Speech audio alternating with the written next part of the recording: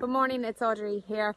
I'm doing video part 2 today in relation to performance reviews. I did one a few weeks ago, part 1, and that was the overall objective of performance reviews. What is our approach to them and why do we do them? And today I'm going through the actual detail of what is included in our performance reviews. So to start, we actually begin our performance review setting our targets for the next quarter. We don't start looking back. Previously, I would have always done performance reviews starting with reviewing the past 3 months and then setting the objectives for the next 3 months. But we've actually turned that on its head.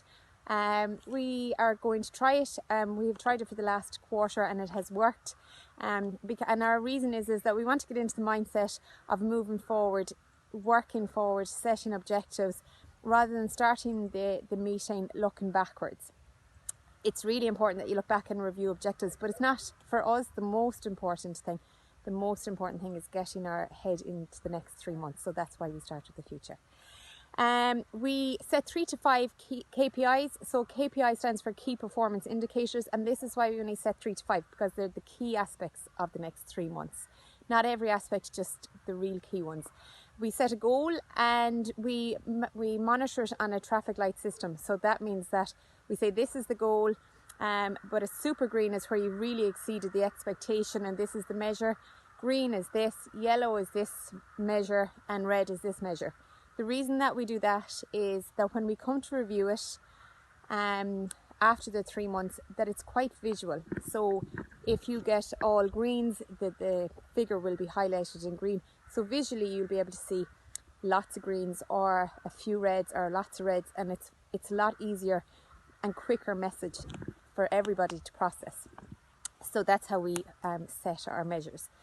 We then go on to the quarterly priorities for the next quarter and the due date. So these are not specific, they're quarterly objectives. These are driven down from the farm's quarterly objectives.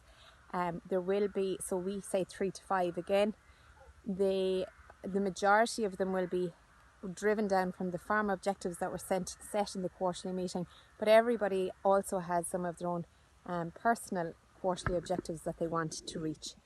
So that's what we do on our quarterly priorities. Then we look at the future critical number regarding people. So that might be, if you're managing people, you might say, I want to have met with my team member at least once a week for 10-15 minutes to have a conversation how everything is going.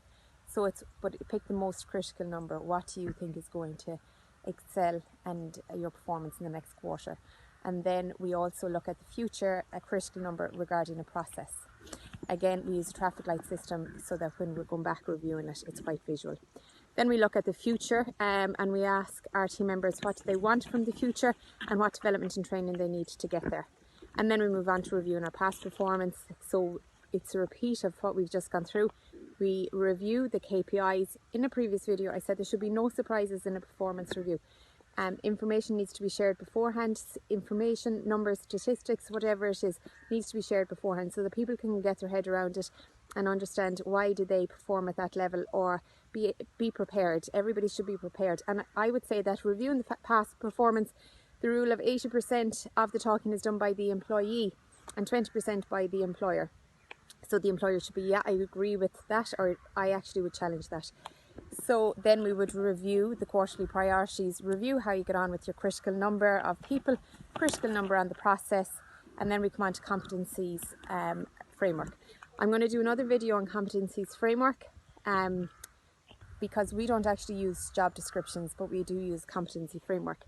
So we do go through people's competencies and how they have delivered on the competencies, and I'll do another video on that shortly. The next section we would ask everybody was, how has the last month been for you, or the last quarter, and what was the best day in that quarter and why?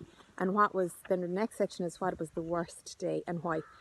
And we find this is really good for people to open up and to start talking, and you'll find out probably an awful lot of information with them couple of questions, and you find out what people really like to do, and we should be focusing on what we like to do and what we're good at.